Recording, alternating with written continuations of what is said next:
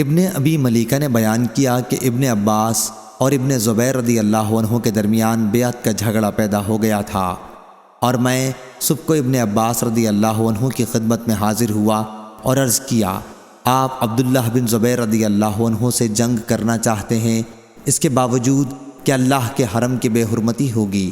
ابن عباس رضی اللہ عنہ نے فرمایا، معاذ اللہ، یہ تو اللہ تعالیٰ نے ابن زبیر رضی اللہ عنہ اور بنو امیہ ہی کے مقدر میں لکھ دیا ہے کہ وہ حرم کی بے حرمتی کریں۔ خدا کی قسم، میں کسی صورت میں بھی اس بے حرمتی کے لیے تیار نہیں ہوں۔ ابن عباس رضی اللہ عنہ نے بیان کیا کہ لوگوں نے مجھ سے کہا تھا کہ ابن زبیر رضی اللہ عنہ سے بیعت کر لو۔ میں نے ان سے کہا کہ مجھے ان کی خلافت کو تسلیم کرنے میں کیا تعامل ہو سکتا ہے؟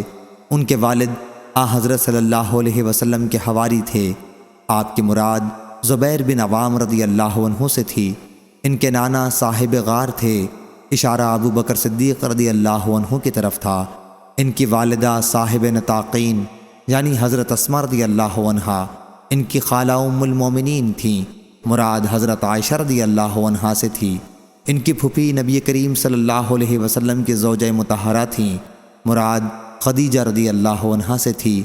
حضرت ابن عباس رضی اللہ عنہ کی مراد ان باتوں سے یہ تھی کہ وہ بہت سی خوبیوں کے مالک ہیں، اور حضور اکرم صلی اللہ علیہ وسلم کی پھوپھی ان کی دادی ہیں، اشارہ صفیہ رضی اللہ عنہا کی طرف تھا۔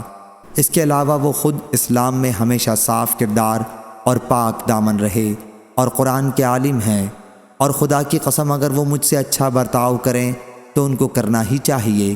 وہ میرے بہت قریب کے رشتہ دار ہیں، اور اگر وہ مجھ پر حکومت کریں تو خیر حکومت کریں، وہ ہمارے برابر کے عزت والے ہیں۔ لیکن عبداللہ بن زبیر رضی اللہ عنہ نے تو اسامہ اور حمید کے لوگوں کو ہم پر ترجیح دی ہے۔ ان کے مراد مختلف قبائل یعنی بنو اسد، بنو تویت، بنو اسامہ اور بنو اسد سے تھی۔ ادھر ابن ابی العاص بڑی عمدگی سے چل رہا ہے، یعنی عبد الملک بن مروان مسلسل پیش قدمی کر رہا ہے، اور عبداللہ بن زبیر رضی اللہ عنہ نے تو اس کے سامنے دم دبا لی ہے۔ صحیح بخاری حدیث نمبر 4665۔